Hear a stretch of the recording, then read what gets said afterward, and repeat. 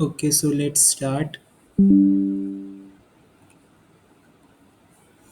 Good evening, everyone. I am Harshit Agrawal. Welcome to the third live session of mine for the week 3 of the course Structural Dynamics CE07.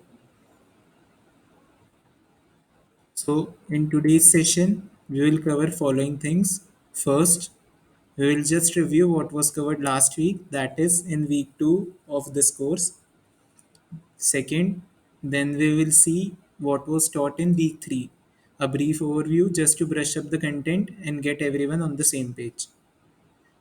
Third, series of in this week there are no additional points. Okay, so third is series of three questions, each one different from the other, based on the content covered in based on the content covered in week 3 and assignment 3.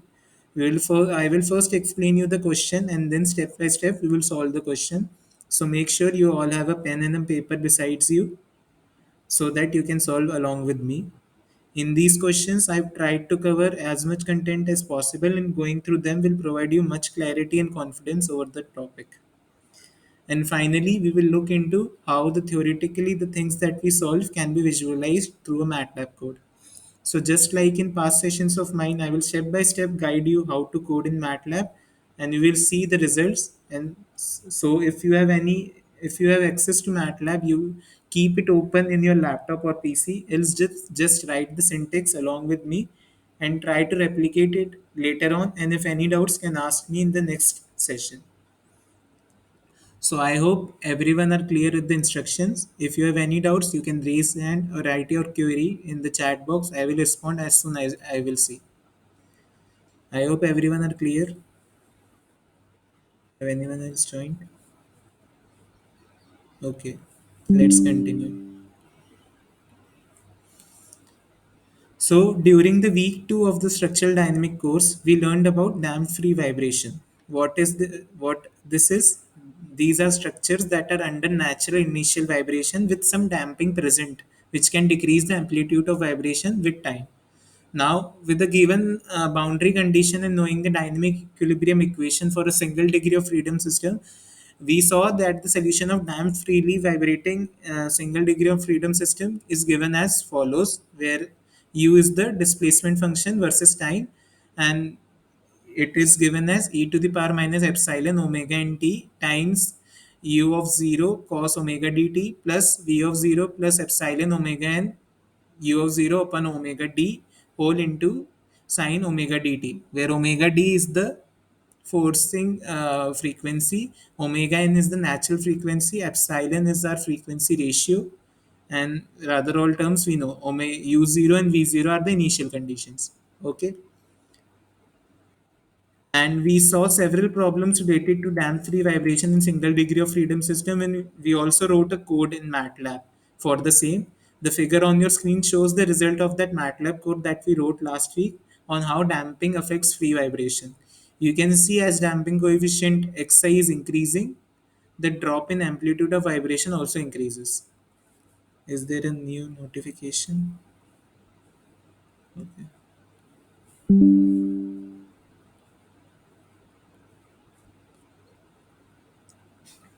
Now, last week, that is in week 3, we went on to learn about undamped and damped forced vibration in single degree of freedom system. So these are systems under some externally inducing vibrating state without or with some damping associated with the system. And by damping, we generally consider viscous damping, that is linear mode of damping. Okay. So the content of week 3 was divided into different modules as follows. In week 3, module 1, we read about undamped forced vibration and derived the dynamic equilibrium equation for it. We will review that equation ahead also once so that going through problems is easy for all. In second module, we read about damped forced vibration and derive dynamic equilibrium equation for it. We will visualize both undamped and damped forced vibration today via MATLAB also later on in the session. In module 3, we read about dynamic response factor for deformation, velocity, and acceleration. We derived each of them. We saw relationship between them and some special cases associated with them. In module 4, we read about resonant frequency and half power bandwidth. And finally, in the final module of the week, we read about transmissibility. So moving ahead, we will just brush up all the formulae and the relations we saw this week so that everyone can understand the numerical and MATLAB part coming ahead properly. So we know how dynamic equilibrium equation is given as inertia force plus damping flow force plus stiffness force is equal to externally applied force. Now, for forced vibration, we have external force given as P naught sine omega t. Now, this external force is nothing but just harmonic excitation. Since structures subjected to force and displacement, whose how why we say this as harmonic excitation, because the force that we are subjecting it to is represented in the form of sine or cosine function of time. Such forces are critical. Why? Because it considers both static loading P naught and dynamic loading in the form of forcing frequency, and thus makes structure exposed to most vulnerable loading condition, something like a rotatory machine over a platform or a seismic action. Okay. Now, when P of t is a function of P naught sine omega t, we can rewrite a dynamic equilibrium equation as m as inertia force plus damping force plus stiffness force is equal to P naught sine omega t. And the same thing is simplified with certain assumption into the analytical model as shown in the right figure. Okay. Now, for undamped for vibration, this dynamic equilibrium equation simplifies into u of t is equal to u naught cos omega n t plus v naught u dot naught is v naught upon omega n minus p naught by k times r upon 1 minus r square sine omega n t plus p naught by k into 1 upon 1 minus r square sine omega t. Omega is the forcing frequency, that is externally frequency that we are applying through harmonic through this harmonic vibration, and omega n is the natural frequency of the system, and r is the frequency ratio omega upon omega n. Okay. Now there are several critical observations that can be drawn from this equation, which are: first, we gave an harmonic excitation, but the response consists of superposition of two harmonic terms, one associated with omega and another one associated with omega n. Thus, the response may or may not be harmonic. Second, if damping is present, we can say that the last term that is associated with omega will vanish over time, and thus that part is known as transient response. And the remaining part that won't vanish is known as steady state response. So, the solution of a differential equation is a sum of steady state response and transient response. And one should know what is steady state response and what is transient response. Transient response are just envelope to a steady state response. ठीक है. And finally, also when omega is equal to omega n, r will be equal to 1 because r is omega upon omega n. So when r is equal to 1, the amplitude of motion will become infinitely large, and the system under such condition is said to be at resonance. So these are some critical observations that can be drawn from undamped forced vibration.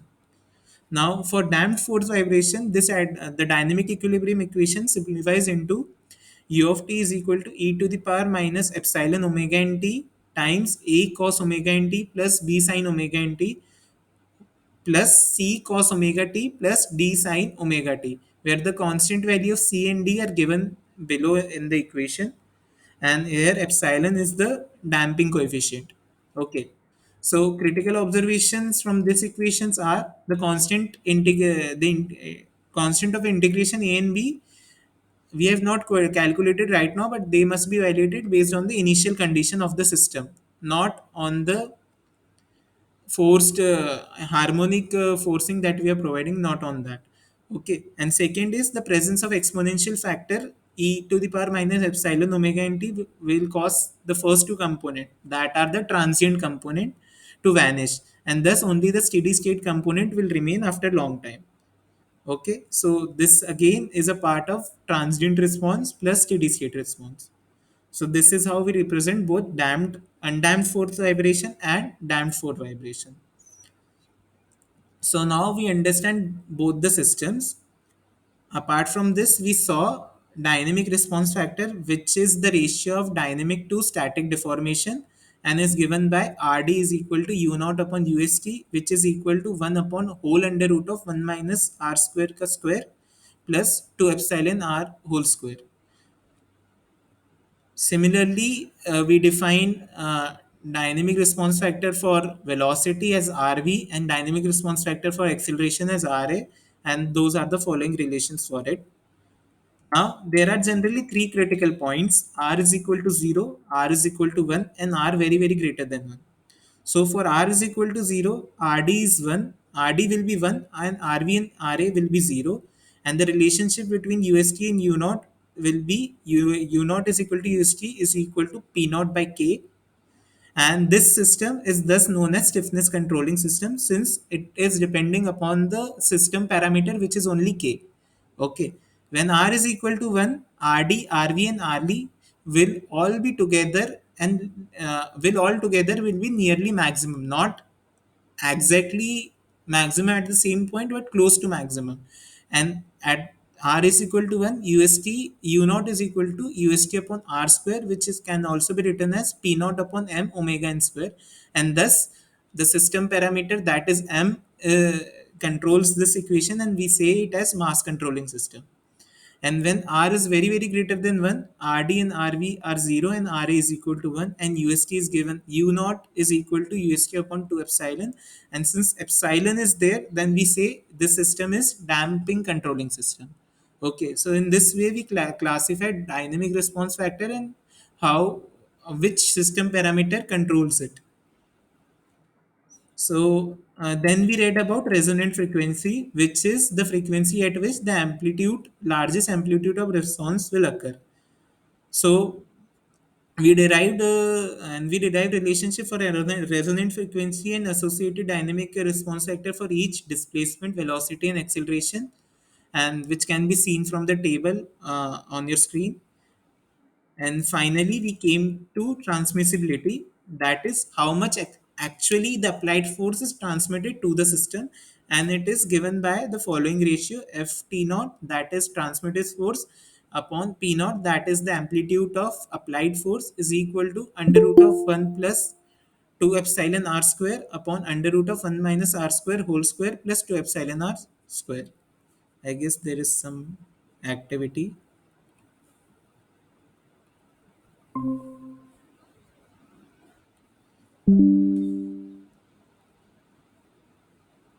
Okay, so this was all that was covered in week 3 of this course. I hope everyone are clear with the formulas, with the basics and everything. So now we will move on to the question, and the first question is as follows. Question is: a simple beam supports at its center a machine weighing a weight of having a weight of 1200 Newton. The beam is made of a section with a clear span of length is equal to 20 meter. The motor runs at 50 rpm and its rotor is out of balance to an extent of weight of 40 Newton at an eccentricity of 10 mm. What will be the amplitude of steady state response if the equivalent viscous damping for the system is assumed to be 10% of the critical? So I will give you a couple of minutes to reread the question and think about what should be done in the question. You have the diagram in front of you. Just think about the question. The motor and the machine you can see are in the middle of the span.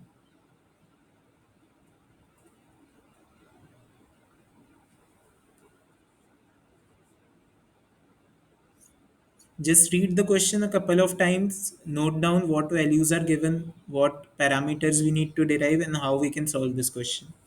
Then we'll see step by step how to do the question.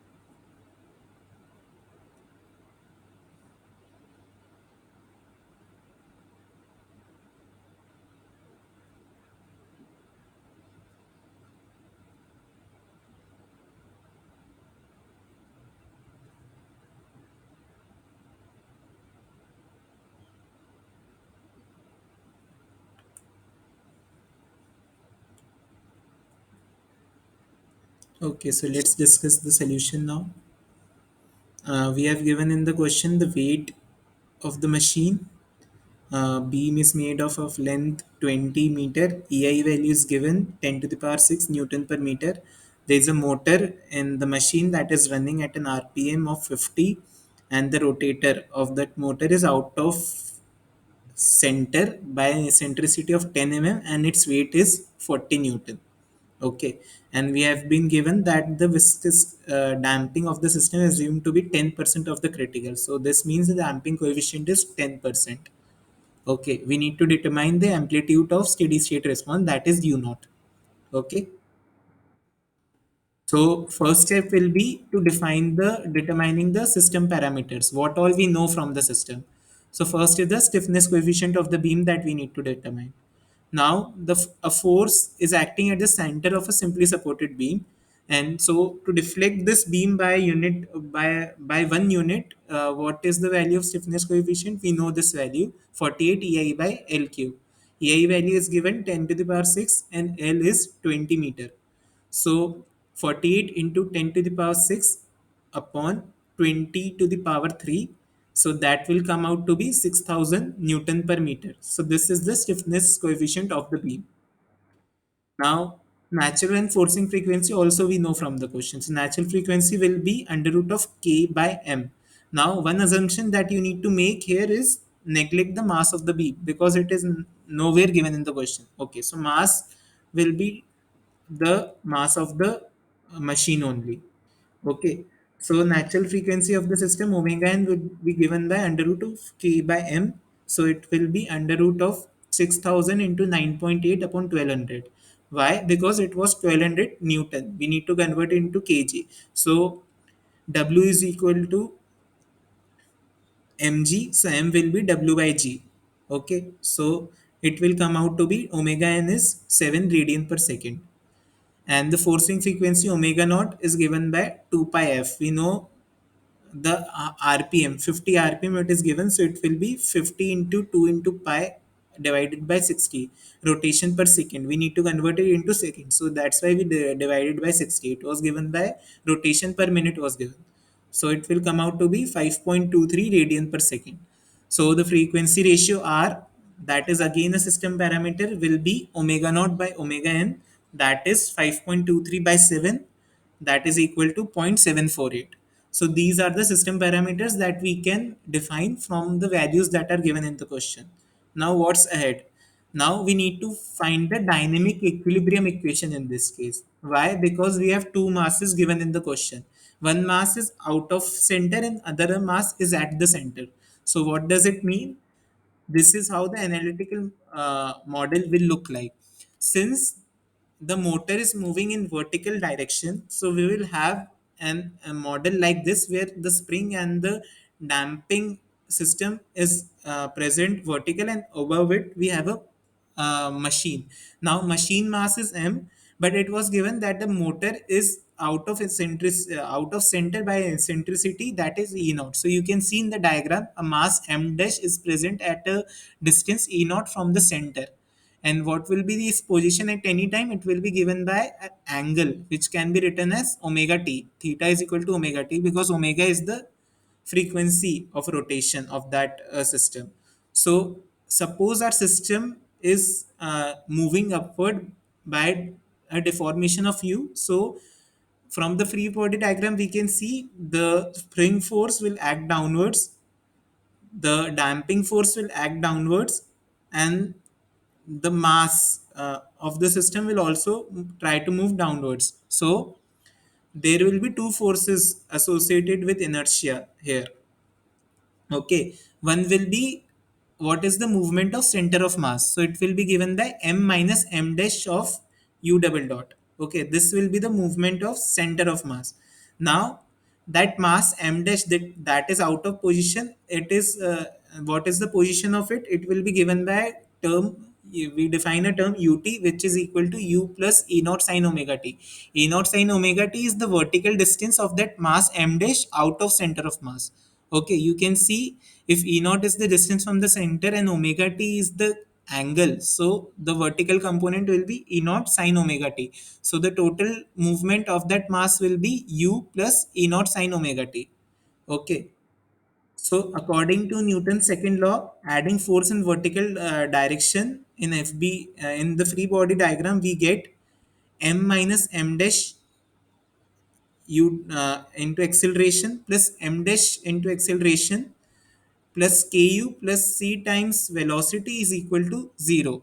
Okay, there is no other external force acting on the system. Okay, now we know the value of m, that is 1600. We know the value of m, that is I guess 40. Yeah, 40 newton. We know the weight. Okay, now we can derive the u1 dash value. We know u1 or you can say ut is equal to u plus e naught sine omega t. So double differentiating that equation will give you u double dot value. So on double differentiating and rearranging the terms and substituting all the values, what we'll get, mu double dot plus ku plus cu dot is equal to m dash e naught omega naught square sine omega naught t. I will urge everyone to like see what how we are making the free body diagram and how this value is coming up. I will give you a minute to substitute the value and try to get this equation by your own, and then I will proceed ahead. And if you have any doubt in this slide, you can ask me right now only.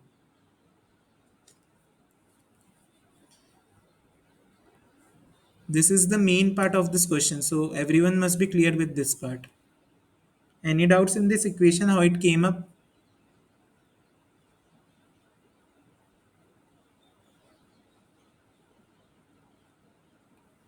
Okay, I guess everyone are clear. Okay, so now moving ahead. So this last equation is same as the form of dynamic equilibrium equation for a damped force vibration. So comparing it with the base equation, that is the right RHS is P naught sine omega t in our base equation. So comparing it with it, we will get P naught is equal to m dash E naught omega naught square. So m dash is mass of the rotor that is out of center, and it was given 40 Newton. So it will be 40 upon 9.8 kg. E naught is 10 mm, the eccentricity. So it is 0.01 meter. And omega naught we calculated earlier, it was 5.23. So P naught will be 1.11 Newton. Now we need to determine the amplitude of steady state vibration u naught. So static vibration, amplitude of static vibration will be given by P naught is equal to UST, and it is equal to P naught by K. We know the value of P naught, we know the value of K, and the relationship also we know between U naught and UST. So u naught can be calculated as P naught by K whole upon under root of 1 minus R square to whole square plus 2 epsilon R square. Okay, so substituting all the values of P naught, K, R, and epsilon. Epsilon was given in the question 10%, so it means zero point 0.1. So substituting all the values, we'll get U naught is equal to 0.39 mm.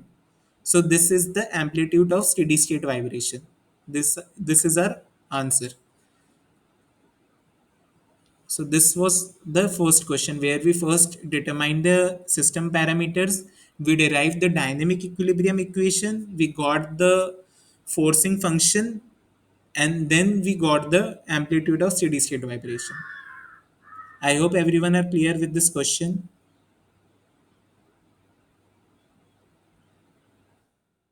So now the second question. What question says a steel frame of modulus of elasticity 200 gigapascal shown in the figure supports a rotating machine that exerts horizontal force at the girdle level. F of t is given as 200 sine to 4.3 t Newton. Assuming 5% of critical damping, determine the steady state amplitude of vibration and the maximum dynamic stress in the columns. Assume the girder is rigid. So this assumption helps us to convert the system into analytical model. Okay, that is just for that. That assumption is just for that. I will give you a couple of minutes to think about this question, and then we'll proceed.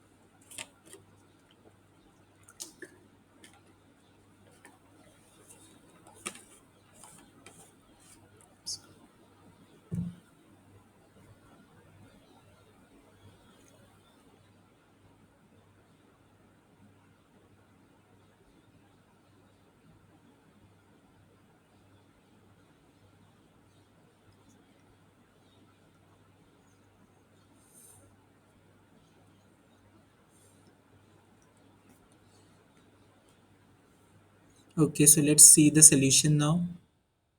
So step one, as always, will be determining the system parameters. So what all we know from the question, we will first determine it and then we will see what to do it. So first is the stiffness coefficient of the beam.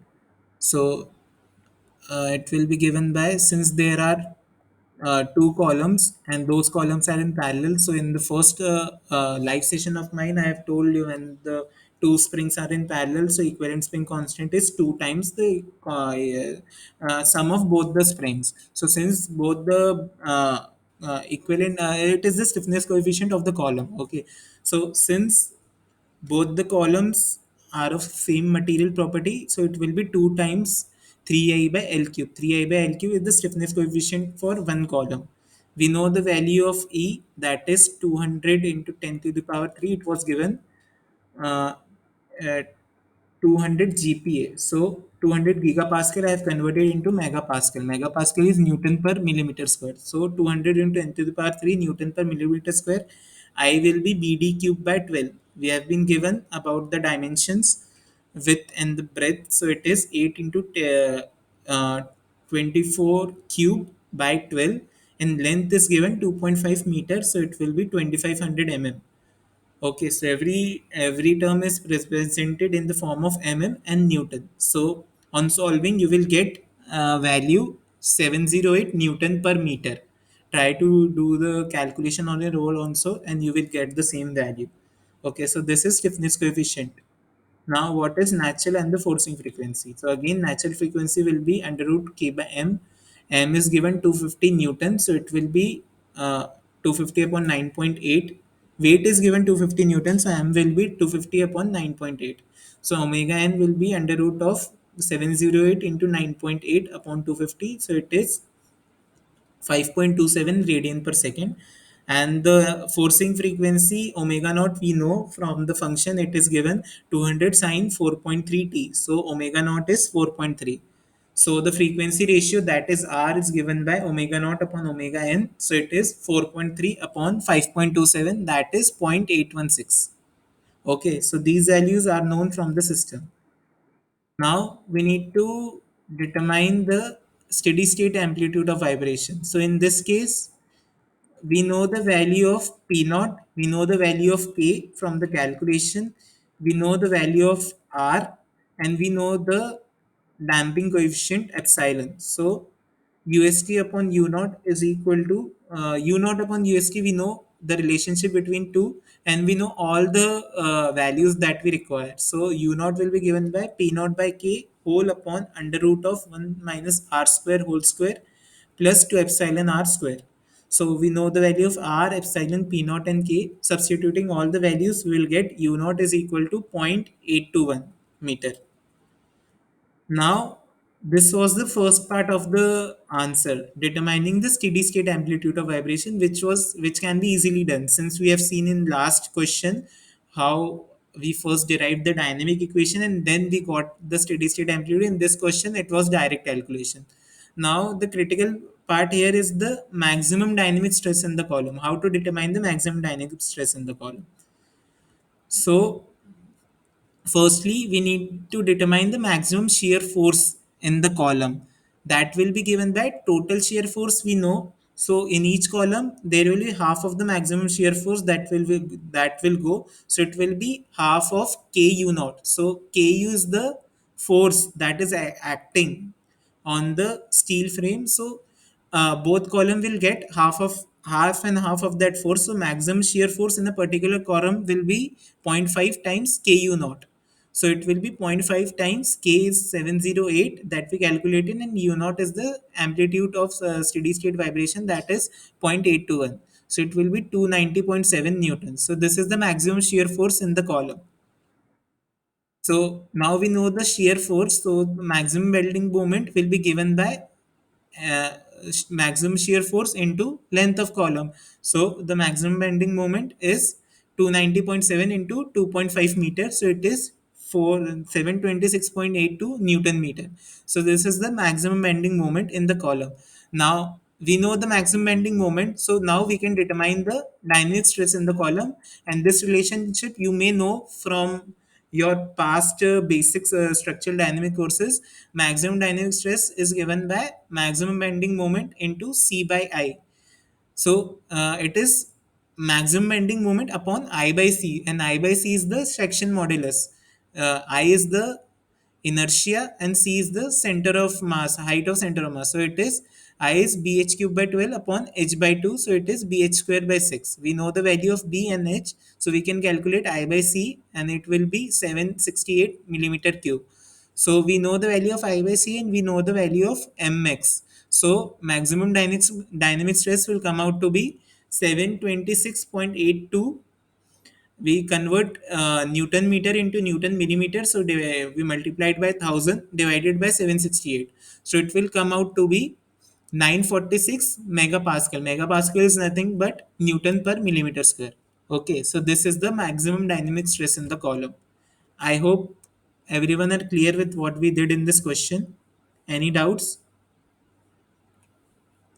How we first calculated the amplitude of steady state vibration, then we calculated the maximum shear force, then maximum bending moment, and then maximum dynamic stress. Everyone are clear with the question?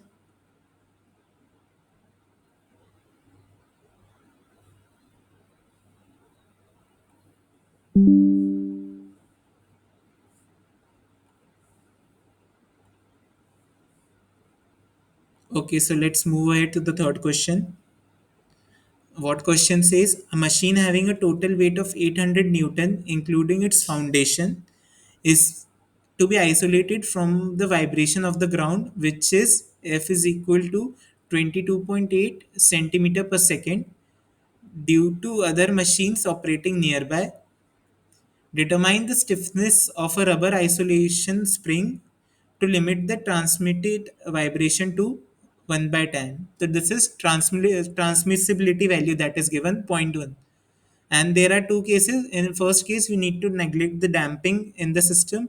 And in the second case, we can consider damping is given by the expression C is equal to K by zero point 0.5. That is obtained experimentally. K is the stiffness and C we know. C is the damping constant that is there associated with the system. Okay. I will give you 5 minutes to a couple of minutes to reread the question, think about, try to draw the free body diagram of the system so that you understand the thing in a much better way and how to do the calculation. Think about how we will proceed.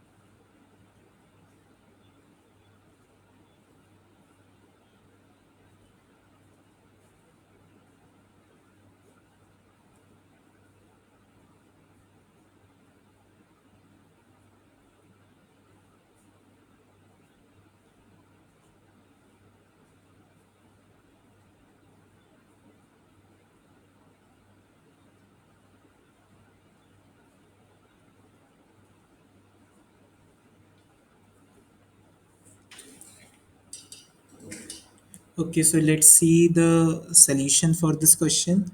So, what is given in the question? We know the weight, we know the vibration of the ground, that is omega naught. We know the forcing frequency, and we know the transmissibility value. We need to determine the stiffness. How it will be done?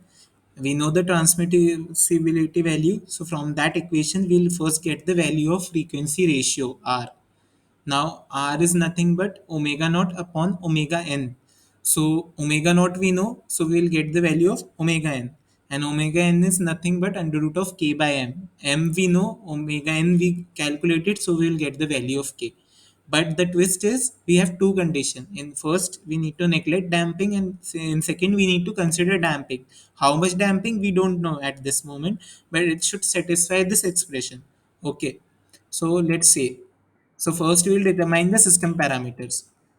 First is the forcing frequency. So omega naught is 2 pi f. F is given 22.8. So omega naught is 2 pi into 22.8. So it is 143.184 radian per second.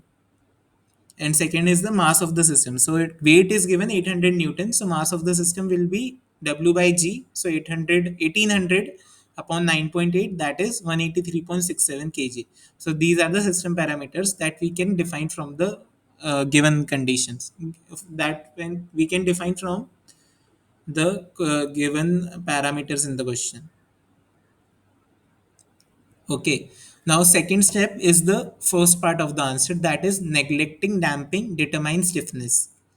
So we know the relationship of transmissibility. It is force transmitted upon force applied, and it is given by the relation under root of 1 plus 2 epsilon r square whole upon whole under root of 1 minus r square whole square plus 2 epsilon r whole square. Now, when we are neglecting damping, the damping coefficient will be 0. So it means epsilon is 0.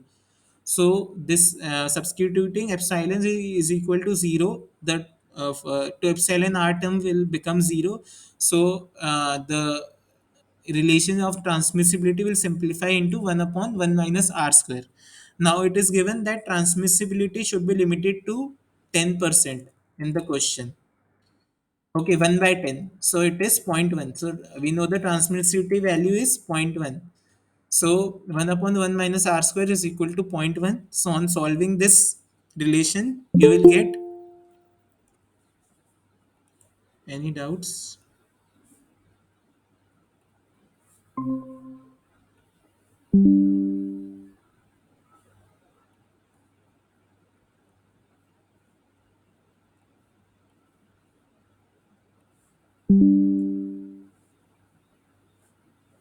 My mistakenly closed the presentation.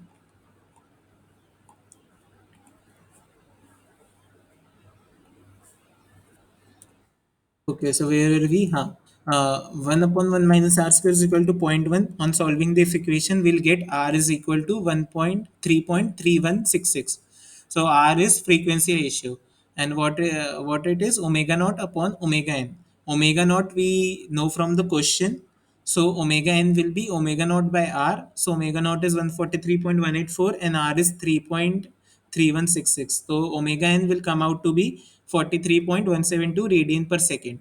And now we know the value of omega n. We know the mass of the system. So omega n is equal to under root of k by m. So k will be omega n square times m. So it will be 43.172 square times 183.67. So K is 342.3 kilonewton per meter. So this must be the stiffness of the spring to limit the transmissibility to 1 by 10. Okay. Now this is when we are neglecting damping. The second part is considering damping determining the stiffness. So now, from the transmissibility relationship, we know there are two terms, epsilon and r. Now, if we want to determine r, we must know the value of epsilon first. So, let us assume epsilon is equal to 10%. Let us assume, we will check whether it is correct or not. So, again, we know the relationship of transmissibility. Substituting epsilon value is zero point 0.1, we will get the relation TR is equal to under root of 1 plus zero point 0.2 r square whole upon under root of 1 minus r square square plus zero point 0.2 r square. So now solving this relationship, it will be an order of 4 equation, r to the power 4 some term into r to the power 4 plus some term into r square plus a constant is equal to a constant. So solving that, you will get r is equal to 3.65. Okay, you try to solve this on your own again, and you will get the value of r as 3.65. Now we know r is omega naught by omega n again. So we can determine omega n as omega naught by r. So this time omega n comes out to be 39.23 radian per second. And then k will be determined as omega n square times m. So it will come out to be 39.23 square times 183.67. So 282.67. Now, whether or not this value is correct or not, we can't say right now because we assumed a damping of 10%. But is it true? That we need to check by the relationship that was given in the question, k by c is equal to zero point 0.5. C is equal to k upon zero point 0.5. So we need to cross check. So how we will cross check? We know c is equal to k upon zero point 0.5. K value we calculated. So c will be 565. And C critical is given by, we know this relationship from the week 2 of our course. C critical is given by 2 under root of Km. We know the value of K that we calculated, and we know the mass. So it will come out to be 455.71. So epsilon is nothing, damping coefficient is nothing but C upon C critical. So C we know 565 we calculated, and C critical was 455.71. So epsilon is coming out to be 12.5%, but we assumed epsilon to be 10%.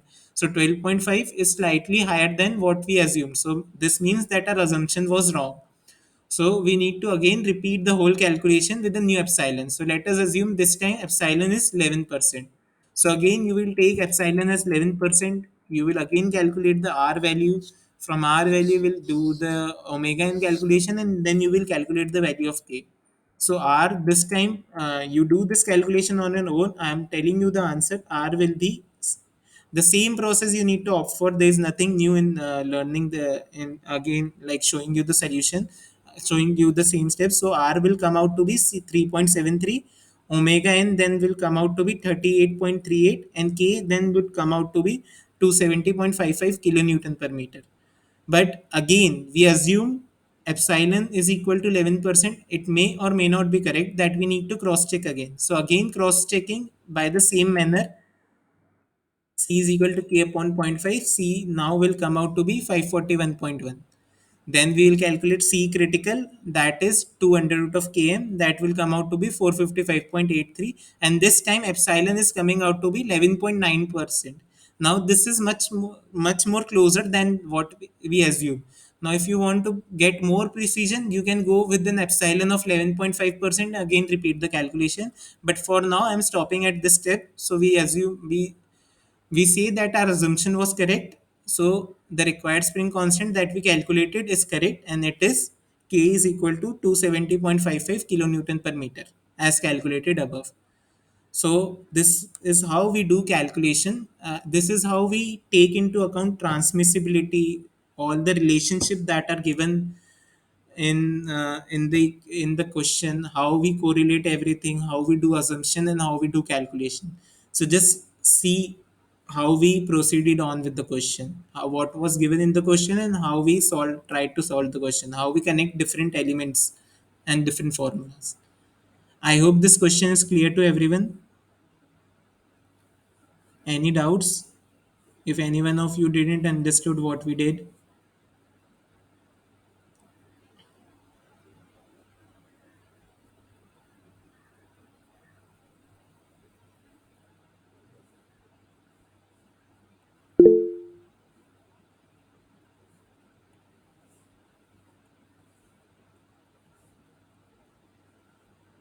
Okay, so if everyone are clear with this question, we will proceed ahead now.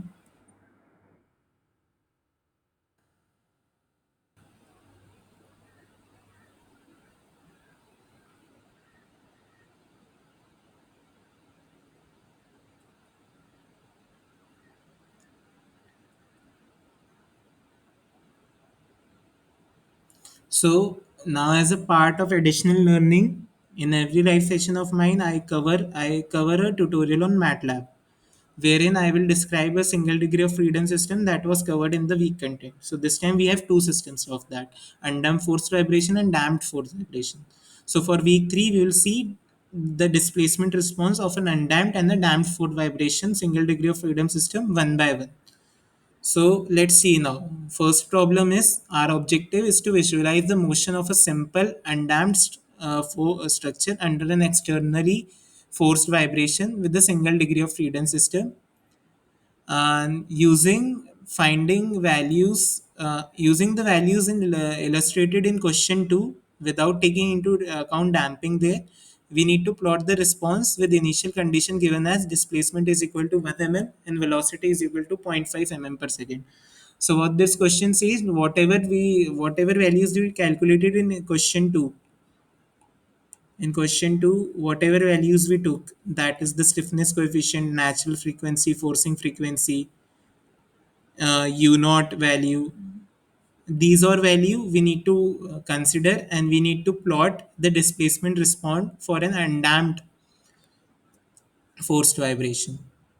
Okay, so now I will open my MATLAB software in my laptop. You can see how to code as of now and implement it later on. We will go step by step and define everything properly and clearly.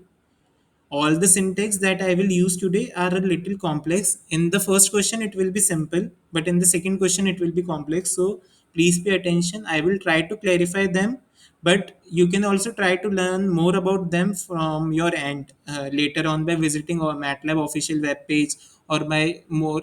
And the more you will practice, more clarity in command you will gain on these things. Okay, so we will see the solution of this equation first. So initially in the overview, I told you what is the solution of a differential equation for undamped forced vibration. Now see, we know the value of omega naught, we know the value of omega n, we know the initial condition u naught, sorry, u naught we know initial condition, this is v naught, that also we know. P naught we know, K we know, R value we know. So in the equation in question 2 we calculated all these value. So what we need to do in MATLAB, we need to define each parameter properly, find, and then finally we'll define this function. We'll define a timestamp, that is the time range in which we need to we need to see our displacement, and we will plot the function. Okay.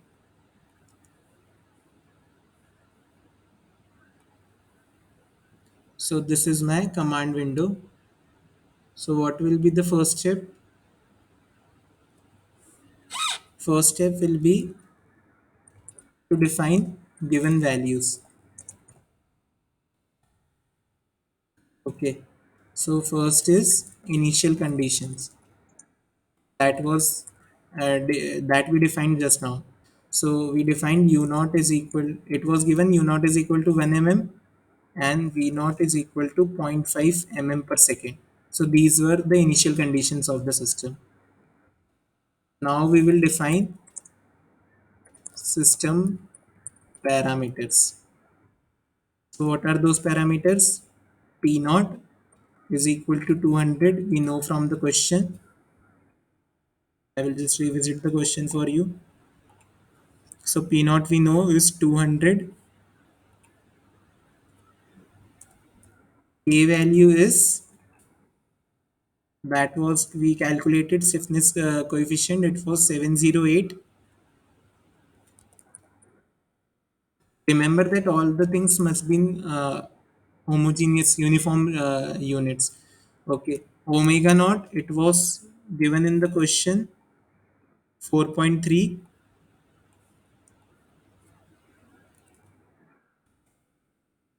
Omega n we calculated in that question, and it was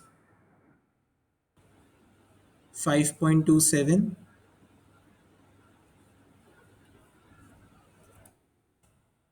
Okay. And any other parameter that is left? Frequency ratio. R is equal to omega naught upon omega n. So this is the value of R. You can see on the right hand side uh, all the values that we are taking into consideration, they are saved there. So now we have defined all the system parameters that we need for the defining the displacement response. So now we will go on with the main part, that is the estimation. But before estimation, first step one is to generate a timestamp, a time range in which we want to see our displacement response. So we will generate a timestamp of say 500 points between say 0 second and let's say we take 1 minute range, 1 minute time interval. So we'll generate 500 points. What are these 500 points? So at 500 points, displacement will be calculated between 0 to 600 second, and that 500 points will be plotted. So displacement of 500 points will be plotted against time, and then we will see the response. Then we will form a curve from it. Okay. So how to define timestamp? We have seen t is equal to length space. There are two methods. Anyone you can out. So this is one function to define the timestamp. T is equal to length space. First is the initial point, second is the final point, and third is the number of points we want in between both initial and final. So 0, 60, 500. Okay.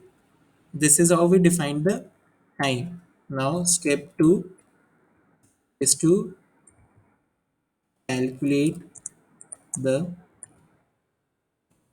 displacement response. So what is the response equation? So this is how displacement response equation is given by.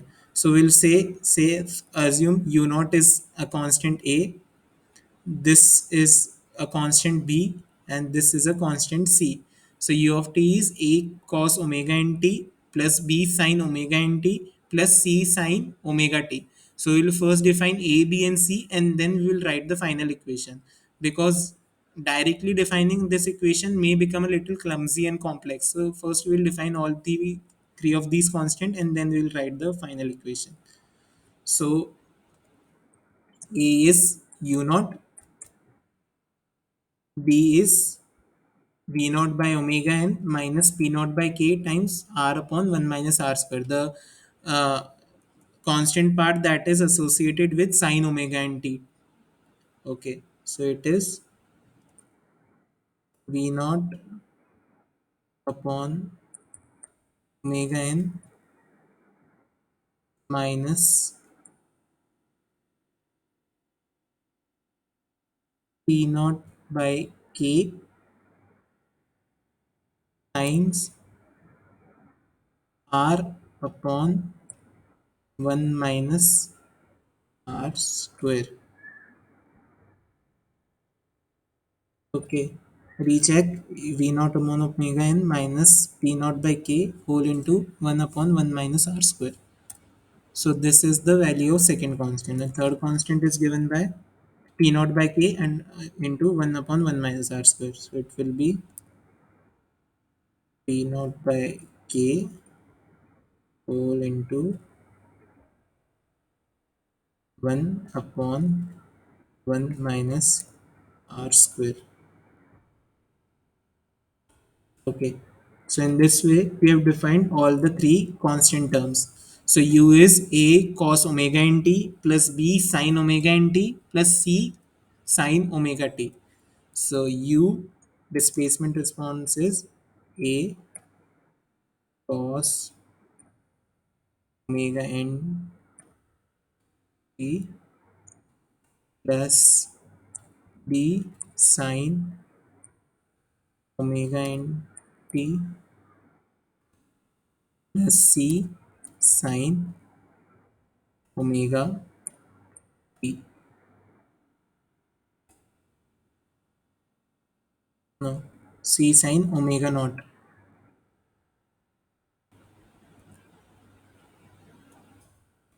t.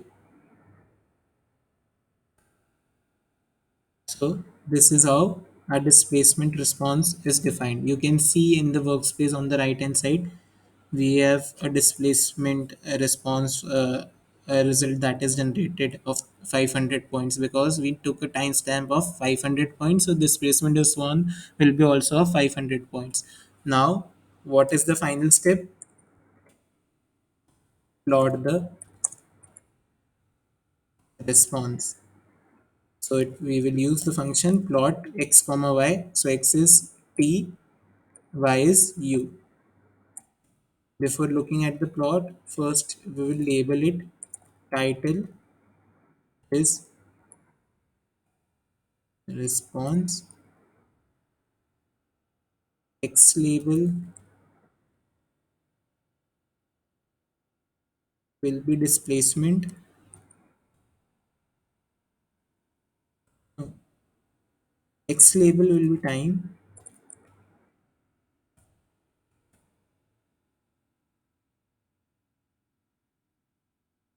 and Y label will be displacement. Time in seconds, displacement in mm. Okay, so let's see the response now. So you can see this is the response of undamped forced vibration. So it is undamped, so you can see the amplitude of vibration is not changing with time. And since it is not a free vibration, we are not getting a simple curve. It is a bit of a complex curve because it is a forced vibration structure. I hope everyone are clear with this MATLAB coding part. This was the first question that we saw, where we just first defined the initial conditions, then we defined the system parameters, then we generated the timestamp so that we can see the response. This is the timestamp that we talk about. Okay, till what time we need to see the displacement response. Okay, and it should be generally greater than the time period of the vibration. Okay, and then we define the displacement response. We know the equation u is equal to a cos omega nt plus b sin omega nt plus c sin omega t. A, B, and C are the constant value that we first determined, and then we plotted the response. I hope everyone are clear with this.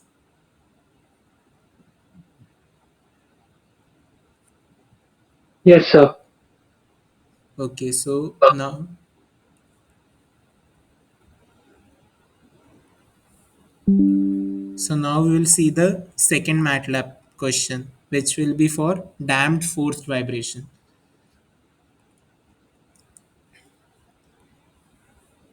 Okay, so what is the objective here?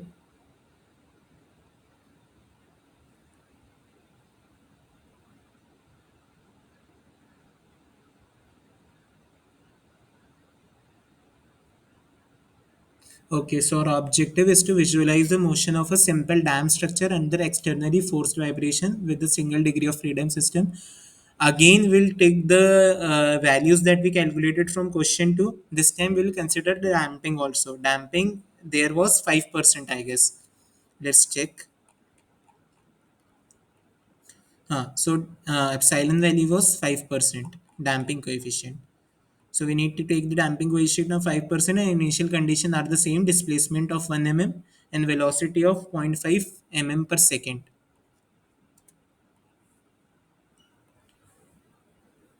Now, last time for undamped forced vibration, we know the direct relationship. We know all the constant value, we know the direct relationship, so it was a comparatively easy thing to code. But for damped forced vibration, we know that only two constant value we know, but a and b are something that are defined by the initial boundary condition. So it is a much complex form of equation. So for this we use some special functions of MATLAB for solving the ordinary differential equation. Okay, so I will first tell you, I will just try to explain you how we define that special function for solving such kind of ordinary differential equation, and then we'll see the code. Okay. So generally at dynamic equilibrium equation is second order differential equation. Okay. Now for which is given by mu double dot plus cu dot plus ku is equal to p of t. Now here we have all the terms. We have m, c, k and p of t. Everything is there for damped forced vibration. Now for solving second order differential equation, solving a second order differential equation is a quite complex, and we know because we were not able to get the all the constant value. Okay, so there is a certain format and special function in MATLAB that helps us to simplify this problem. So suppose we have this second order differential equation. Now first dividing both the sides by m and rearranging, we will get u double dot is equal to p of t by m minus 2 epsilon omega n times u dot. So c by m, c you can substitute as c critical into epsilon, and then c critical you can write as 2 under root of omega n, then on simplifying you will get it as 2 epsilon omega n. Okay, simplification you can do on your own. Okay, so this will be the equation that will be generated minus omega n square u. Now the approach is to transform this second order differential equation into two first order differential equations. You need to listen to this things very carefully. You may not understand everything at the first go, but when you will reread it again, you will try to code it, you will try to understand it through all other sources, you will get the understanding clearly. Okay, so how we can convert second order ODE into first order ODE? So let us assume U1 is one of the solution of the ODE, and it is given, and U2 is the second solution of the ODE, and let U2 is equal to a derivative of u1. So derivative of u2 will be given by double differentiation of u1, and that is nothing but the equation that we defined above, u double dot. Okay. So in this way we have two parts, del u1 by ut and del u2 by ut, and these two are the solution of the differential equation u double dot. Okay. So we have two first order differential equation which we can solve simultaneously using a special function in MATLAB that is known as ODE45 function. You can read much more about this function through official MATLAB web page. Right now remember the function name that is known as ODE45. Okay, so in the code we will have two part. We will first define a function and then we will write the main body. So in the function you need to remember the syntax, the first line and the last line, and the middle part will be the defining the parameters. And in the syntax we'll see how we use ODE45 to call that function that we have defined and how we get the results. Okay, it is a bit complex, but you need to see how we are solving and you will understand it. So first I will clear this. Okay. So we need to create a function this time. So for creating a function, we need a separate arrangement. So this is the general syntax of a function. Okay. So first I will write the code for the function and then we'll see the code for the main body. So let's name our function as u is equal to single degree of freedom system for given time and displacement. And the final argument, just remember the first and the final part of this function. This is something that you need to remember. Okay, so the final part is what we saw earlier on. This is what we saw like in the last slide, solution of differential equation,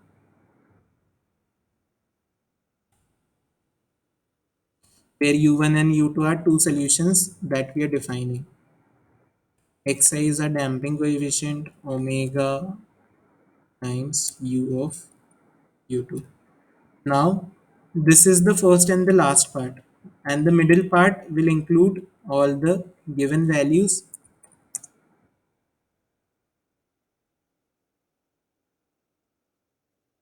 and defining the forcing function. This part you need to remember a little. So, okay, so given values, the values that are given in the question. So, in question 2, values were given So mass was given as 0.05 kilonewton per meter. So kilonewton will first convert it into newton, and then total length is 5, and this is 0.05 kilonewton per meter. Na? So we need mass, so we will divide by 9.8. Okay, so this is mass. K value we know it is 708, and xi value, that is damping coefficient, was given 5%. Okay, so these are the given values. And what is the forcing function? P is equal to 200 sine omega. Omega is 4.3 times P. Okay, and omega n that we are defining as omega only is nothing but square root of a by m. Okay, so in this way we have defined all the functions, all the parameters that we needed in this function, and you need to remember these two things. The first line, how to define a function, and how we are defining the response. Okay, so this response has two part, u2 and u dash 2. This is nothing, just the derivative of u2. We saw in the slide now, u2 is equal to derivative of u1, and what is the derivative of u2? That is nothing but what we have written there. Okay, so this is how we define this function. Okay, now we need to save this function first. So you need to save the function in the same directory. Okay, and the name of the function should be the same as the name of the saving file. Okay, this is something that MATLAB does on its own. Okay, now we have defined the function, so we'll write the main body now. Okay, and we will see how we call this function. Okay, so in the main body again we need to define the given values. So first will be the boundary conditions, or we say initial conditions. Okay, so initial condition timestamp. There we saw different format in last question. So in this format again we will define the same thing but in a different manner. So we'll have from 0 to 60 second. I'm taking a time interval of say 0.01 seconds. Okay, so 0.01 to 60. So how many points it will generate? You can see around 6,000 points we have generated. You can see on the right hand side of the workspace. So 6,000 points we have generated. Okay. Initial condition I'm defining by IC as a matrix. First part is displacement, second part is velocity. And we need it in a, this is 2 cross 1 matrix. We need it in a column format for our function. Okay, so we will define it as 1 comma 0.5. That was the initial condition. So these are the initial conditions. Now we will plot the displacement using ODE45 function. Okay, you can read about this function more on using MATLAB official web page. There also you will find the similar explanation of how we define the function and everything. Okay, so first we need to estimate response using ODE45 function. ODE stands for ordinary differential equation. Okay, so this is a function that is embedded in MATLAB. So what is the syntax of this function? We need the output of P and U, and that is defined by ODE45. We will call the earlier defined function by, this is the syntax of ODE function that we call. Second parameter that we need, you can see in the hint. Let me again write. And you will define the function. Now you can see they are showing the syntax of the function. The first is the ordinary function that we defined earlier on. Second, the time span that we also defined, and third is y naught. Y naught is nothing but the initial conditions that they are asking for. So first is the ordinary function. So how to call the function? At the rate function name. Second is the timestamp that we have defined. Third is the initial condition that also we define. So in this way, we write the syntax of this function. Okay.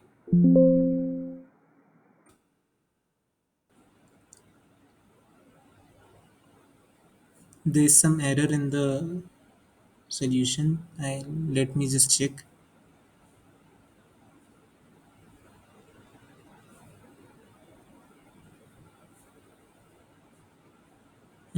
We defined u properly. Then we defined m, k, and xi. T we defined as 200 sine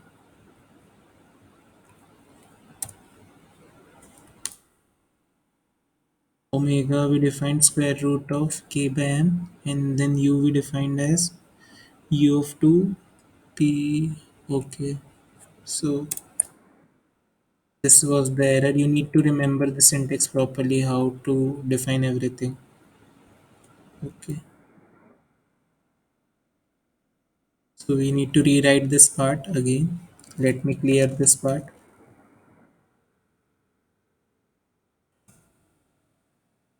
Whenever any error occurs, you need to check. So I will quickly define all the terms. This was my timestamp. This was the initial condition. Then we needed to plot the displacement. So this was how we define the ODE function. Okay. And finally, we will plot the function. Since I didn't put epsilon at the end, it printed all the values that we didn't require right now. So we would do the plotting. So for plot, we'll use command plot x comma y. So this time y, you can see, uses 6000 cross 2 matrix. So we need only the first part of it. So we'll say this part. This is the syntax that we use. We'll label the axis with time,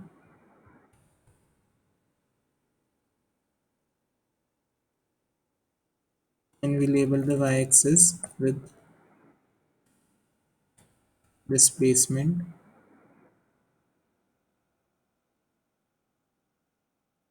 Okay, let's see the plot now. So you can see this is how the response of a damped forced vibration will look like.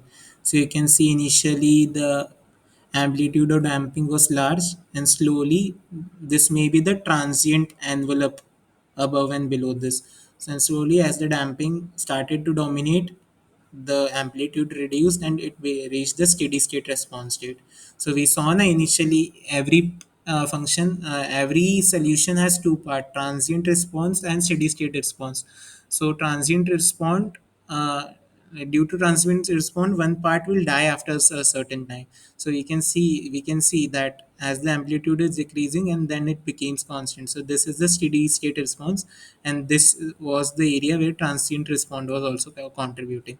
So in this way, we can see the solution for a damped forced vibration. This was a little complex for you and a little new for you, but upon repeating this session, upon listening to this session a couple of times, or learning about these function, how we define this function, how we use ODE45 function, why we call this as SDOF t comma u, you will understand it in a much better way.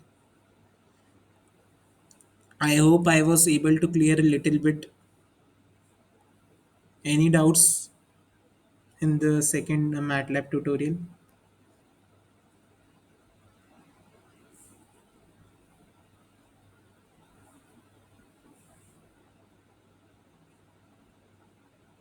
Any doubts to anyone?